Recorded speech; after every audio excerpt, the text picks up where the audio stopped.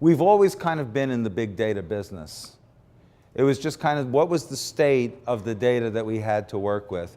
If you go back to the 70s, basically we lived in a world, there was still data, there was a lot of surveys being done. Nielsen was reporting market shares, right? But back then in the 70s, I see a lot of you guys are younger than me, so you won't remember this necessarily, but the way Nielsen used to report market shares was the Nielsen bi-monthly shares. So you would get a share estimate of you versus competition every 2 months. Because it was based on people with clipboards going into stores, they would check the inventory on the shelf, they'd check the inventory in the back room. And what happened was nothing ever changed really, because when averaged over 2 months, shares just did not move. In the early 80s or so, suppliers, Nielsen and others, started to harness store scanner data. This is when you first started to have your UPCs scanned, that kind of thing. And with store scanner data, now they were able to produce weekly share reports, weekly sales and share reports. And all of a sudden, when you looked at the data on a weekly basis, you saw these giant spikes would occasionally occur. And these giant spikes usually were associated with hot trade promotions. So before we harnessed that kind of data, we didn't see that before. We didn't know that. As soon as we saw that, you know what happened? Tens of billions of dollars were moved very quickly from advertising budgets to trade promotion budgets. So at that point, in that first wave of big data, it had really a huge impact on marketing practice.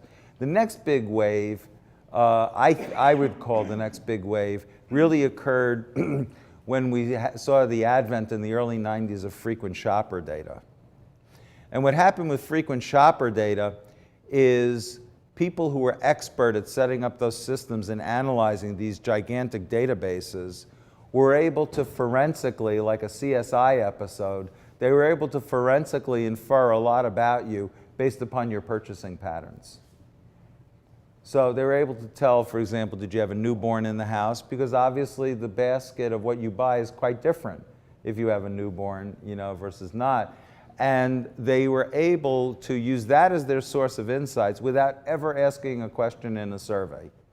All the insights came from forensic analysis using data science against huge frequent shopper databases. And the results were amazing. I mean, in the UK, the #2 retailer became the #1 retailer based upon harnessing frequent shopper data.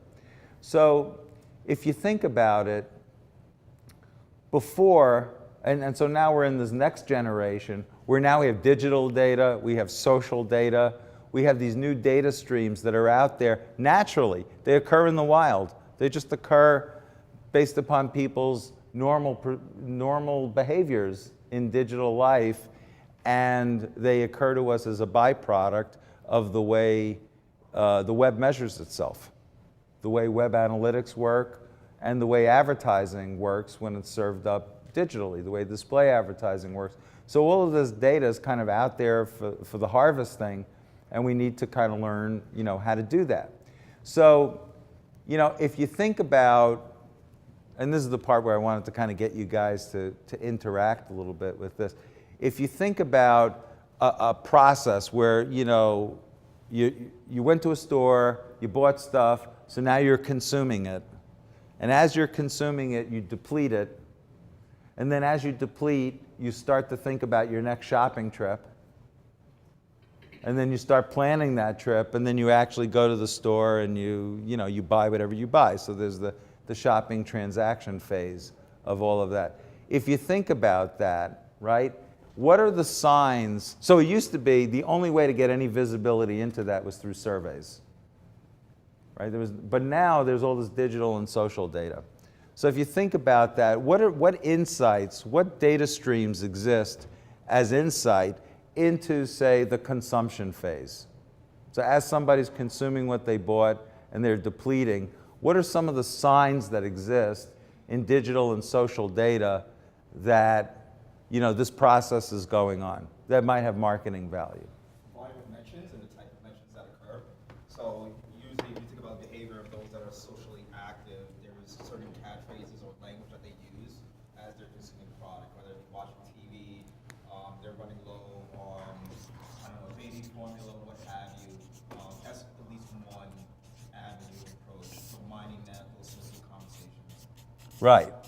So social conversations is a key marker of how people are thinking about their experience and what their intentions might be. What else is kind of out there for the taking?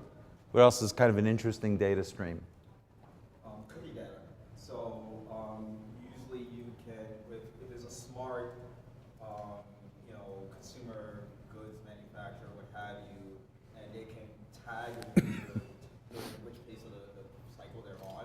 So you can usually, I'm thinking of one of our brands, those that are running low on something will usually get to a product page, but not convert and not become converted.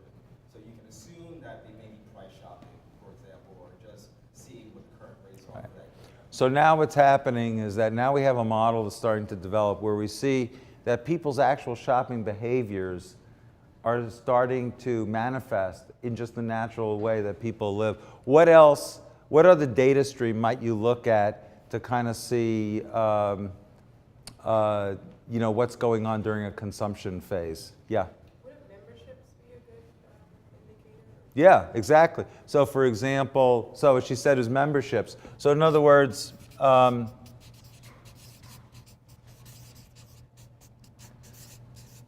let me just build on what you said. So one form of membership is someone signing up for a frequent shopper program. Another form of membership is someone maybe going to bettycrocker.com and signing up to get recipes emailed to them from time to time, or to download a recipe or to print it or something like that. All of these things become very useful markers. Even just stuff like liking a brand on Facebook is probably part of your relationship with the brand that reflects, whether you're making progress in that way. So now how about when somebody actually is now starting to plan their shopping trip? What happens at that point? Search data potentially? Steve? Search. Search, right. So when they're planning their shopping, now we start seeing search patterns.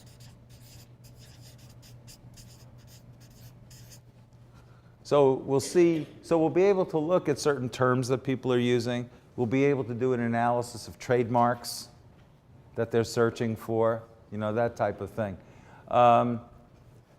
It also, and search is really interesting because not only is it such a natural behavior for us to engage in that you just have to be harvesting that from an insights point of view, kind of putting that on the dashboard.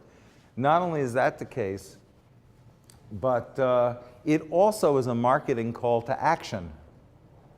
So Allison asked me to not name any brands. So I won't name any brands, but what I'm going to tell you is true.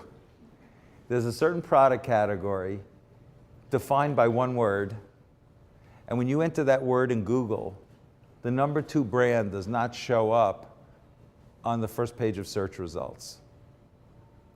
In other words, their content strategy is so poor that they don't even show up on the first page of search results when you Google the one word that exactly describes the category. Now, that word is searched for approximately 20 million times a month, according to Google. That's 20 million impressions that are impressions with a purpose, right? Because they're shopping and they can't find you. By the way, this is a very sophisticated marketer. How they're doing, and they have a lot, it's like one of these house of brands marketers. So how this happens, I don't even know. But it's like low-hanging fruit if you start developing a lean forward model of what brand success looks like. You would instantly change that. This marketer must not have this type of model. So anyway, so search patterns, and there are others, but I won't belabor the other. The point is that there are digital data streams that are native, that occur in the wild, and we can easily be harvesting them, you know, and putting them into some type of data engine or appliance that we can build. Now, what happens when people shop? Is there any insight that we get into their preferences when they shop? If the site is set up that they're making purchases on properly, you can begin to assume click data, how their browsing history, so the user flow through the site, you know, their buying habits in terms of do they put things in the shopping cart and come back later, what have you, Right. which can all shape the site architecture strategy. So that's if you're online, right? How about a physical store? What kinds of data can you get other than asking a survey? Yeah. A scanner data. So store scanner or frequent shopper data, right? Now,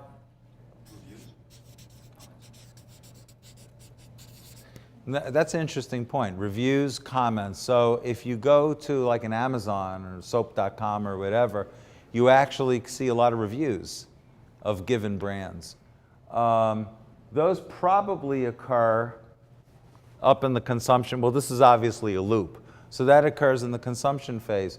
But the point is that that is really interesting information that you should be harvesting rather than exclusively relying on product test results, right? And we all know what happened when Coca-Cola relied on product test results. They introduced new Coke.